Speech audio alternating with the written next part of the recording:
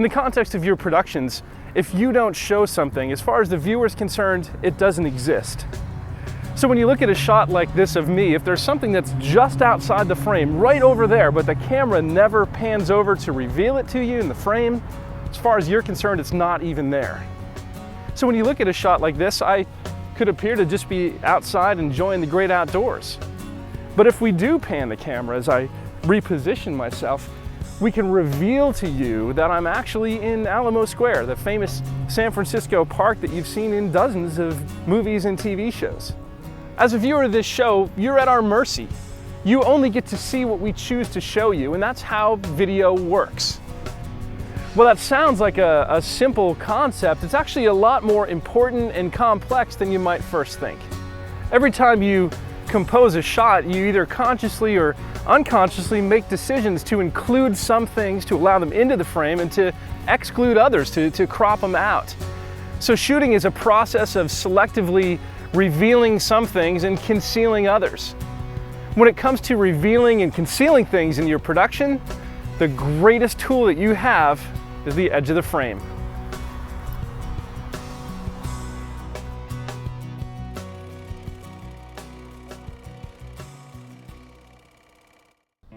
Whenever I come to a city like San Francisco, I like to sit down and just appreciate the buildings. The architecture is beautiful on some of these older places. I can't imagine the work that must have gone into designing them. What always gets me is how many windows there are, how many different shapes and styles of window. And my thought is that behind every window, there's a story. Maybe there's a person that lives there, or a family behind that one, a business over there.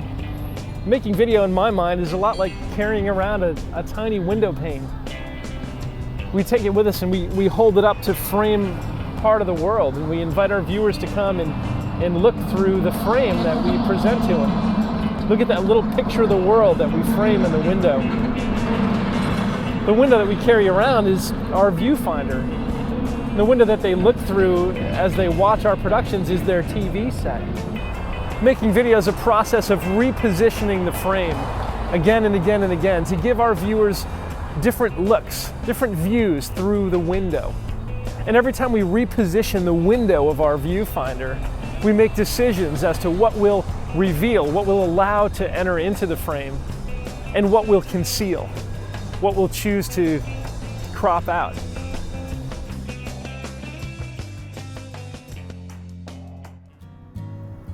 Probably the most obvious thing that we try to hide from our viewers is the existence of our crew and our equipment. Producers of dramas in particular go to great lengths to hide the fact that their productions are productions.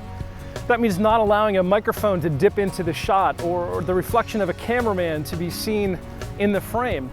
If those things are seen on the screen, then they suddenly exist in the mind of the viewer and they don't make sense in the story. It ruins the illusion that what they're watching is real. We of all people as producers know that for every shot we see on the screen, there's a crew of 10 or 20 or more people that we don't see who are working on the set just outside the frame. We see the characters that the director shows us through the window, and we accept the window as the world. As long as the crew or the equipment don't enter the frame, they don't exist.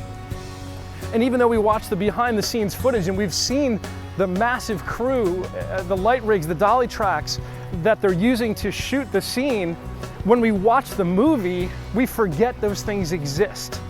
And that's how it should be. There's an illusion of reality, and as long as those things don't enter the frame, the window is the world. Knowing this fact that if we don't show it, the viewer doesn't know it, is something that we can take advantage of.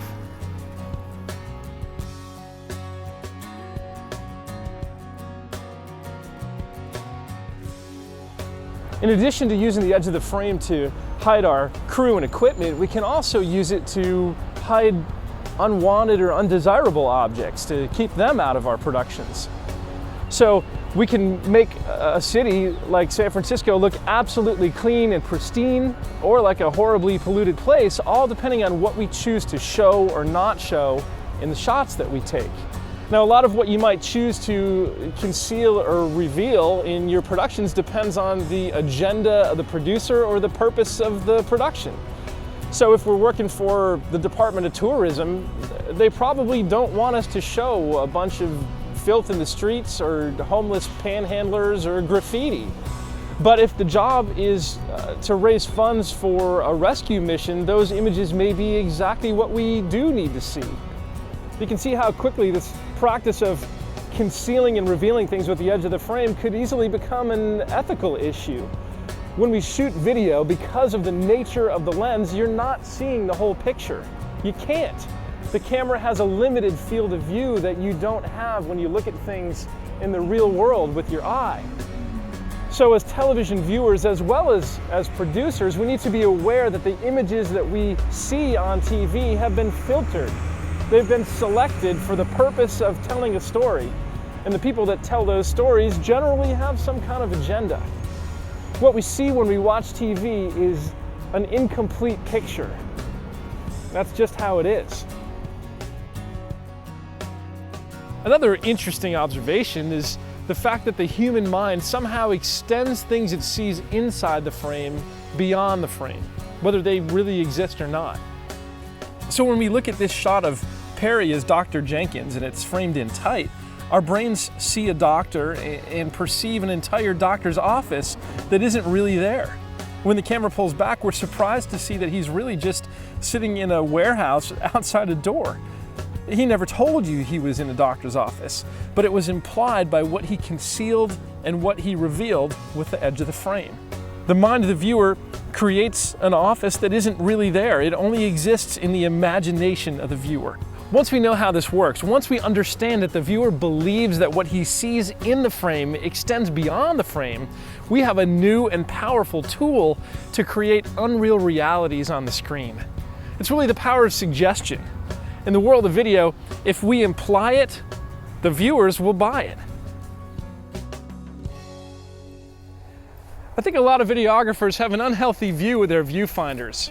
Some of us get so focused on what's happening inside the frame that we can't see anything that's happening around the frame, just outside the edge. It's like the viewfinder becomes like a periscope on a submarine. It's the only window that we have into the world as we shoot. And that's not the best way to shoot. When we think of our viewfinder as a viewfinder, our shooting becomes reactive. We alter and adjust our shots every time something new enters the frame. We don't really know where we need to stop our moves. And so our shooting looks indecisive, and the viewers can tell when you're shooting indecisively. That's not how a professional production should be shot. We need to get our eyes out of the eye cup. Stop using the viewfinder as a periscope and start using it as a picture frame, a window pane that you hold up so that your viewers can get a look at whatever world you want to show them.